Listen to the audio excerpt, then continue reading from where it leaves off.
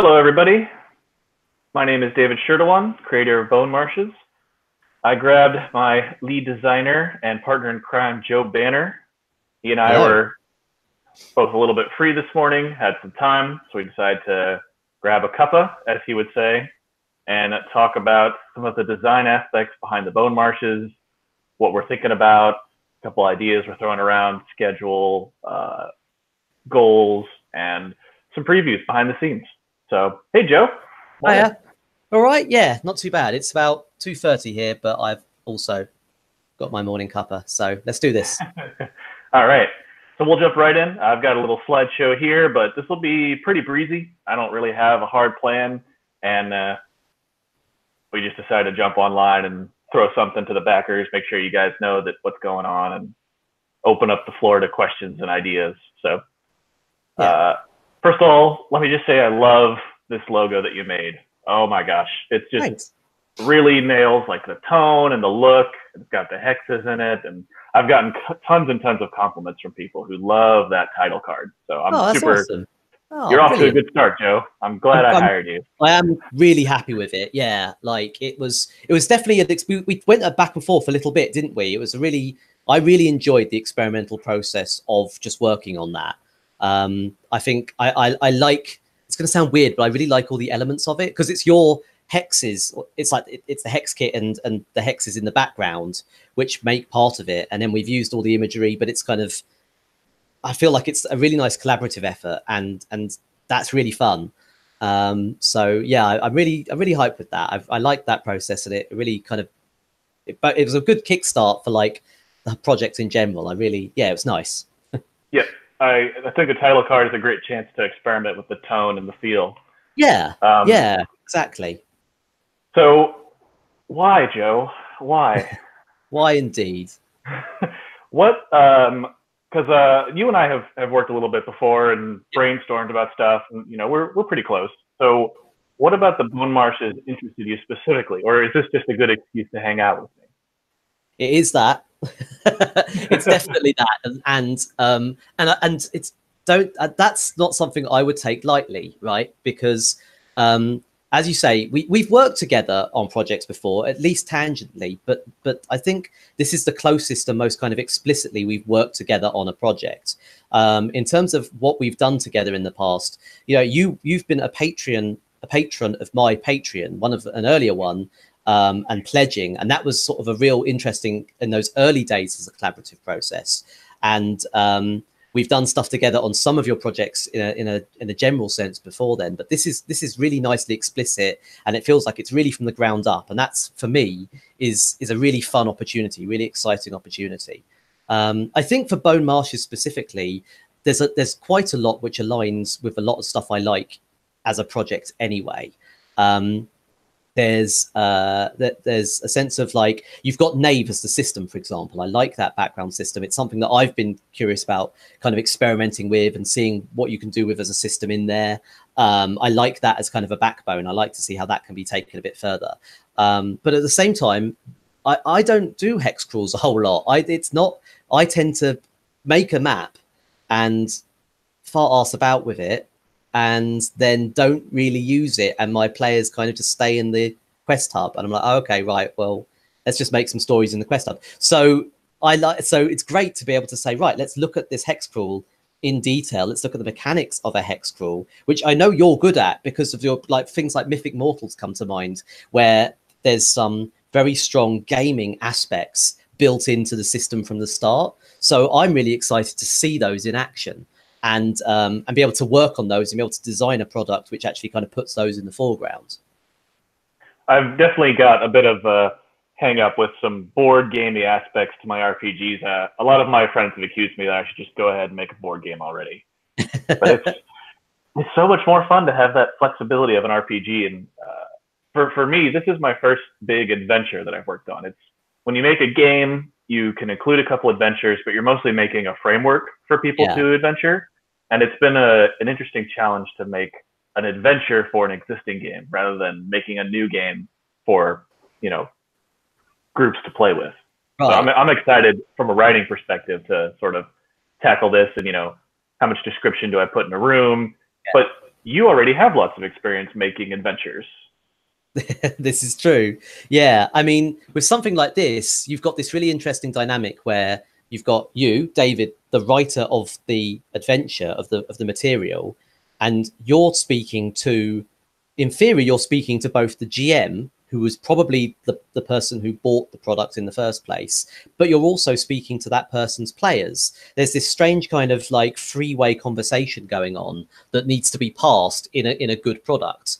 And obviously, I don't need to tell you, there's tons of products out there. Some do this really well, some do this not so well, and that's running the thing from, you know, something that's going for a humble dollar on Drive-Thru RPG all the way up to like Wizards of the Coast material, right? Like no one does this job perfectly, but I think that's the challenge throughout, is for you as the writer to kind of speak to the GM and say, well, look, here's how I think this could go down. Here's the setting things and elements which are important to me. Let's see how it goes with your players. And that itself is an interesting challenge. And you've already done some adventures of your own, a lot, in fact, through your Patreon and through your past projects with Green Scar, and I think on a boat was your big like breakout adventure. So Yeah. how does this project compare to your past projects? Well, I'm on a boat is free and was cranked out in about 2 weeks. It's a different in scope, shall we say. It's definitely different in scope. Well, I mean, that's the weird thing, isn't it? Like, I think my everything up to this point, my Patreon and my previous work, like the releases on Drive-Thru RPG, so there's 3 big releases on Drive-Thru RPG. There's Mikasa, there's Umberto, and there's the Green Scar. And each of them are like 3 sides of a different setting. So it's all kind of broadly covered by the same idea. And then there's the Patreon stuff, which kind of supplements that. And it all kind of, again, mostly feeds into that same setting. There's a lot of, but the point is that a lot of it fed into one another. It was very experimental. It was me trying new things. And anyone who's been on my Patreon will know, it's like, I can't keep the same font size from one release to the next. I can't keep the same page size. I can't do any one thing that's the same from one. I can't do anything that's the same. It's just too experimental all the time. But that's kind of the point. Like, that is the beauty of having something like a Patreon, is it's an opportunity to say, look, I want to try something new this week or this month or even this year. And let's see how it plays out. Let's see how I find it as a designer. Let's see how you find it as the patron or consumer. It comes back to that conversation. Let's see what balance works for both of us.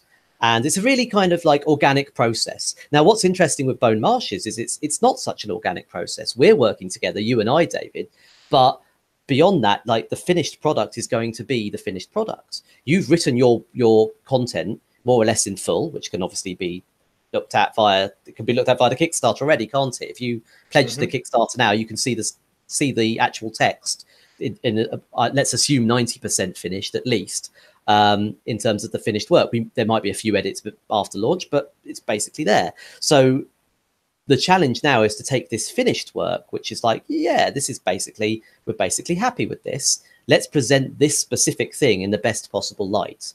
I think that's how it's going to differ from the previous works.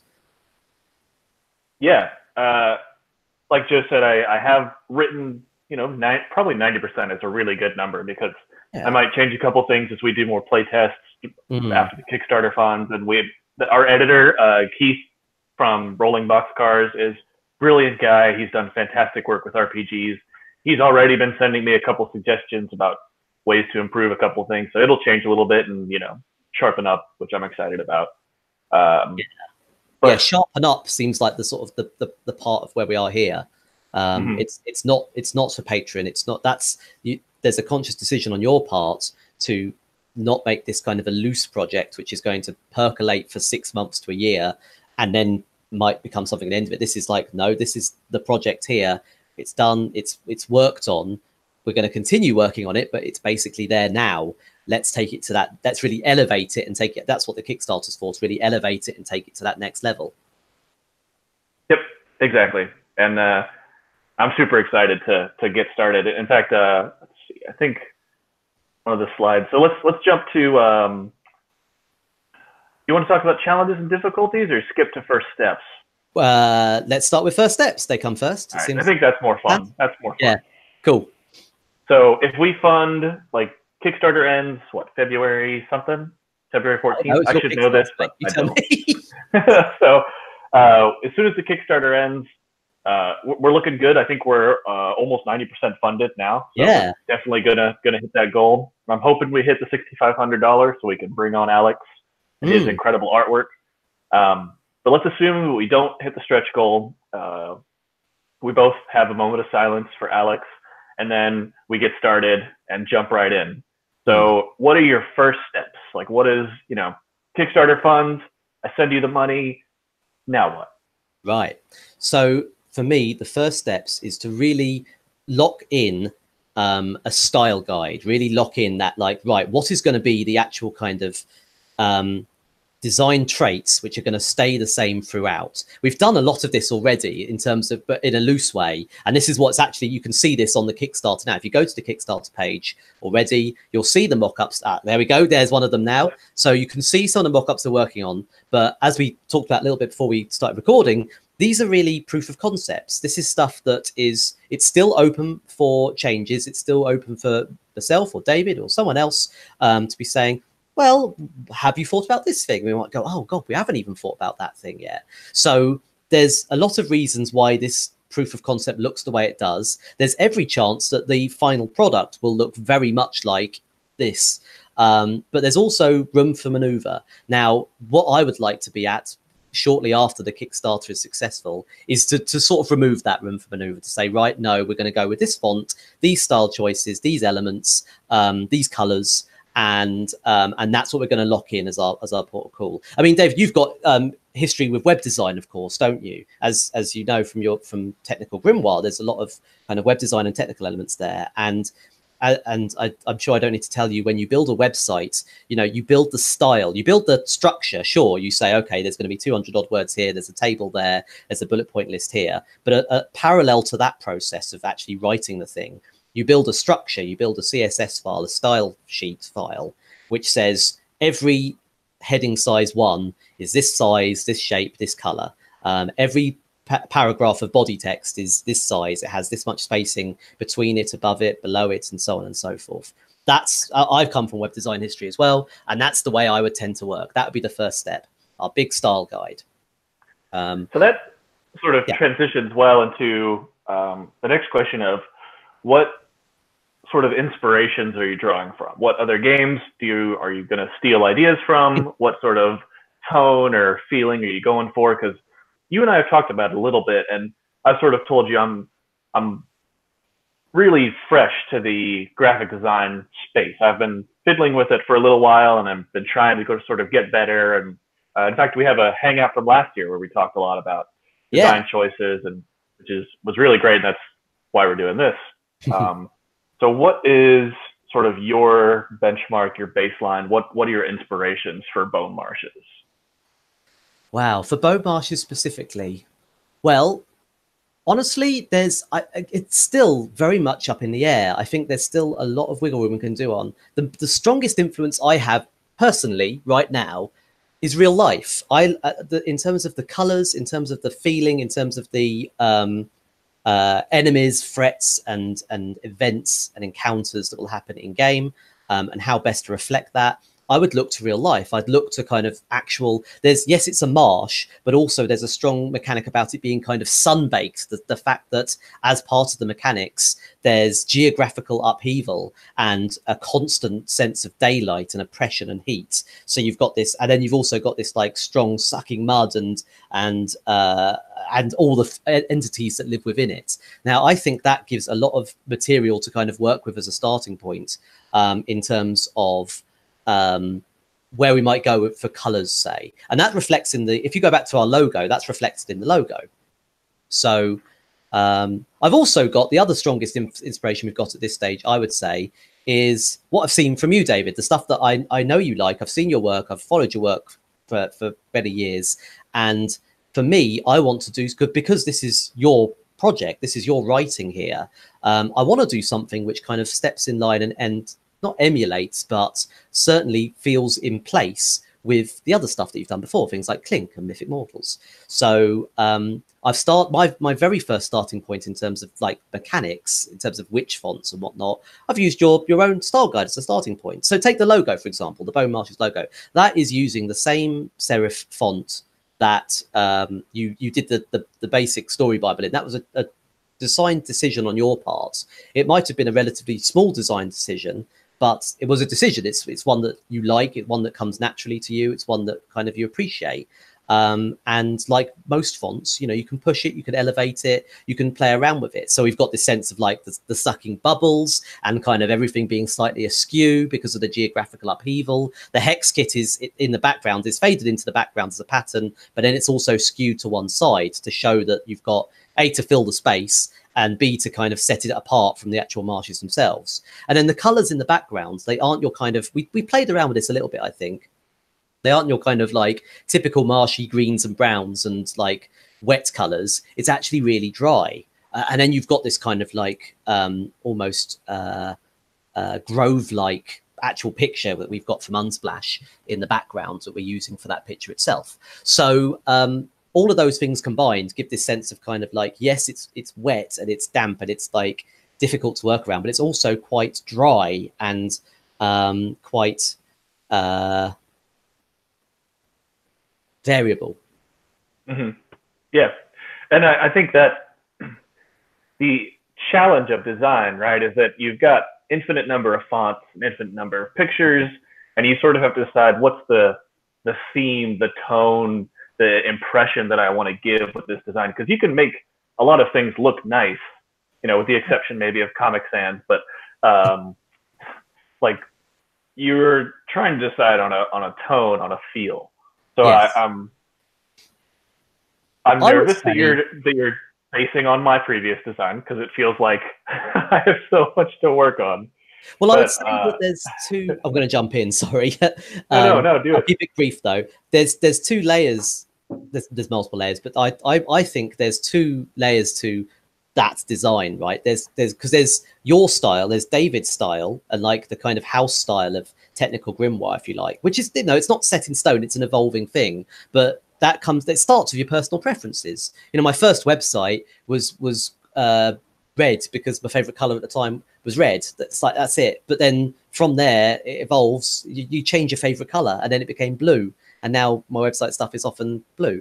So it starts with personal preference because that highlights and represents a color that you, the author, are comfortable with, and it develops from there. So there's a style of like, what is the most boniest, marshiest like design we can do here? How can we push in that direction?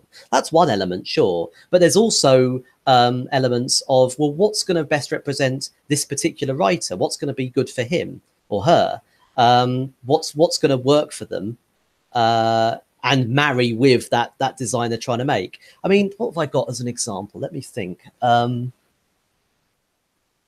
one of my favorite books in terms of design is also, in terms of something that's also very simplistic, is The Clay That Woke. Let me just get it. Yeah, go for it. So, all right. So, I mean, if you look, I'm going to be really analog here. But if you look at The Clay That Woke. Yep, we can see it. It's pretty boring. It's just words on a page. This is just a book. Where's the design? I mean, he's got pictures, and the pictures are lovely. It's gorgeously illustrated, but like, you know, it's just words, isn't it? Where's the design there? But of course, that's not true. That, like anything, it's been consciously designed. The fact that it's got a glossy cover in a kind of comic book, almost pulp-like style is an informed decision. Paul says, I don't know. I'm sorry, Paul. If you're listening to this, I'm really sorry. Please say how to pronounce your name. I know you've done it 100 times, but in the comments, it's a really informed. There's this like pulp-like early Conan comic book style and feel to the book, which really accurately reflects the product that's inside. When you read The Clay That Woke, it reads like a storybook. It reads like, because it's quite in-depth mechanics, but then interspersed with very evocative storylines, which are just supposed to emulate or at least reflect the kind of experience you're likely to get in play. It's very cleverly written. And that is reflected in the design. There's clever writing and clever design, and the two marry together. But I think they also marry quite closely with Paul's own choices in terms of what he wanted his product to look like. You know, he didn't want something that was going to look overly flashy. He wanted it to be almost understated, and that's an informed decision. And with Bone Marshes, I think it's the same. Now, I also, as you can tell, I like that style. That's going to inform my decisions, and the proof of concept reflects that. It's pretty minimalist. It shows off the content quite clearly. It gives us a good framework to work with. Now, we toyed around with ideas of texture, didn't we, at one point? I remember we were thinking about, well, should we add some texture onto these pages?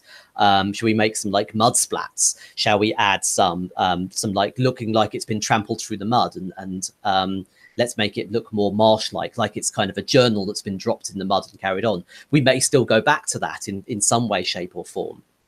But Yep. If we don't do that, that's okay too, because I think that a lot of what's going on here does still reflect what you like in terms of a project, I hope.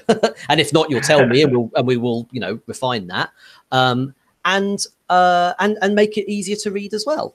Make it like nice and legible. Make it reflect nicely what's going on the page. Yeah. In fact, so one of the goals and one of the reasons we talked about that sort of, you know, beat up journal, sort of a, what am I thinking? Like a veins of the earth kind of thing. Yeah. Almost. In fact, let me see if I can.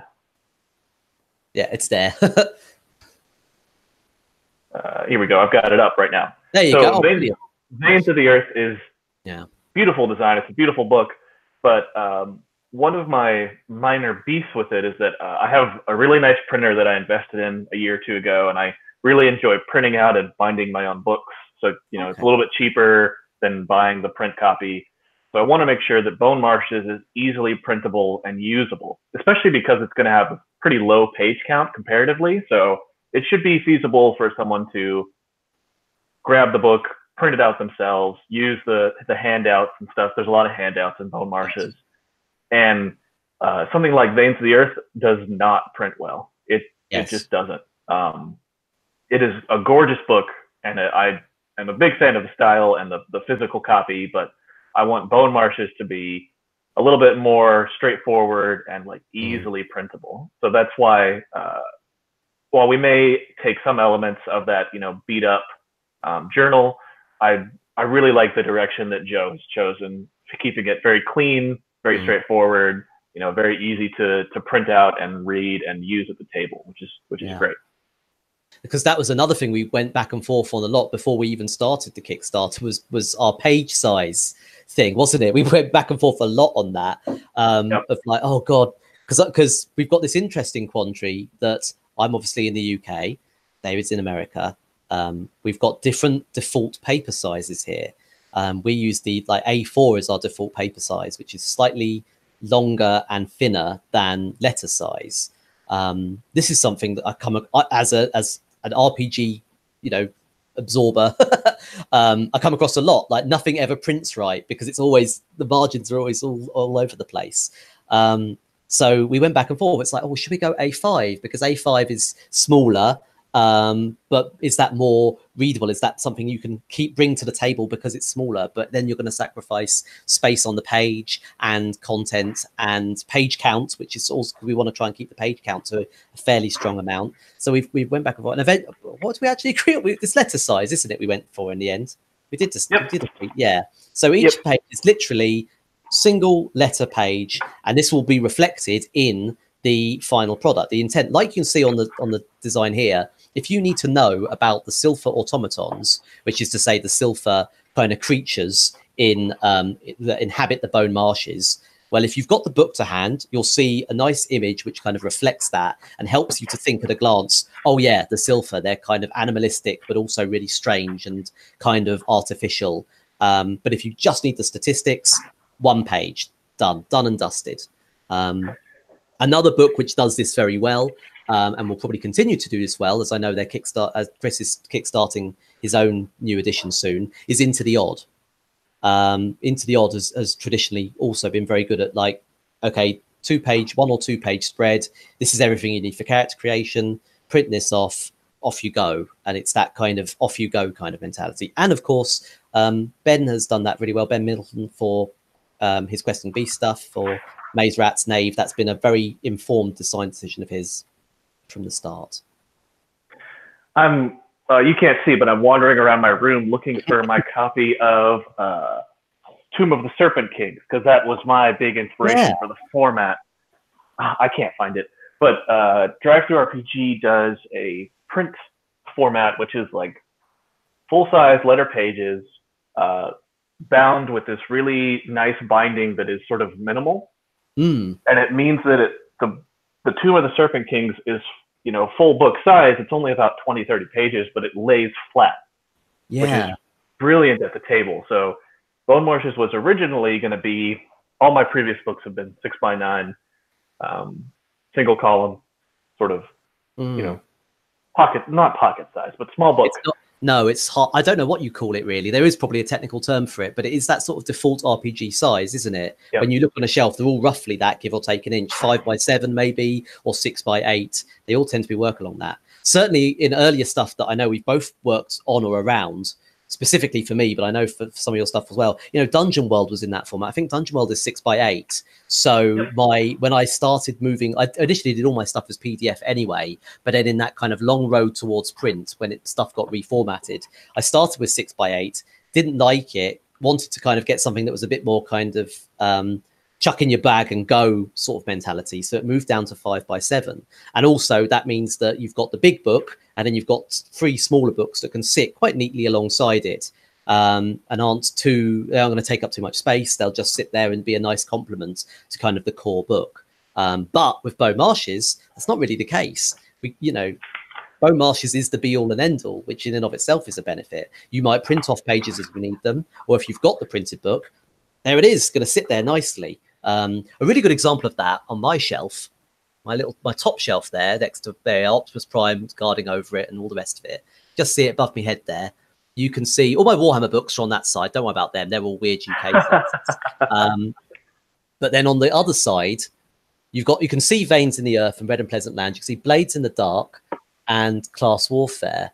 And there's Mythic Mortals there as well. They all kind of inhabit that same similar sort of size. I've got Blades in the Dark twice there. Why have I got 2 copies of that?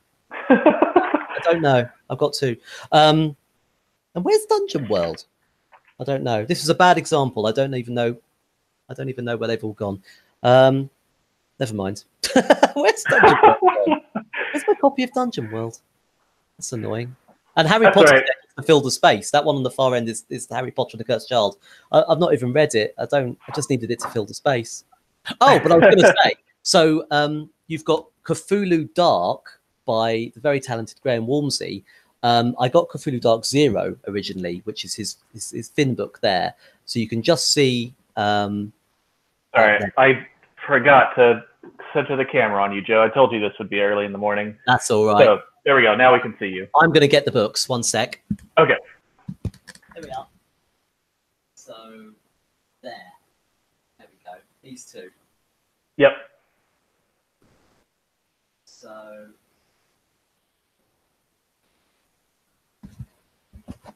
Oh, right. So something like Blades, for example, which is not dissimilar in formatting to something like Dungeon World or one of the sort of classic indie books, or Apocalypse World for that matter. Nice size. That's 6x8, I think. That's 6x8. Nope, it's even bigger. It's like 6x9. Who knows? Whatever. That's fine. So that's your sort of standard size. But then I think what was lovely, and following what you're saying about having a format that you can lay flat on the table and you can scribble in the margins and you can make the book your own. Cthulhu Dark 0, the initial run of Graham's book, is just that. It's A4 or letter, I believe. It's letter size, I think. So it's absolutely letter size, which means it's nice and which is actually even nicer than A4 because it's wider. So you've got more room in the margins. And again, nothing fancy, just really simply laid out, but it's nice and clear and clean. So above and beyond, like, is it Cthulhu-like? You know, you could have tentacles everywhere and make it look all gribbly and pay loads for full color illustrations. And yes, all of that is, I've got to move my camera back down. Yes, all of that is great. All that's great fun. And you can really go nuts with a design like that. But also, I like going pretty understated, keeping it pretty simple, you know? And then when the final book itself came out, Cthulhu Dark, after his Kickstarter, it follows suit.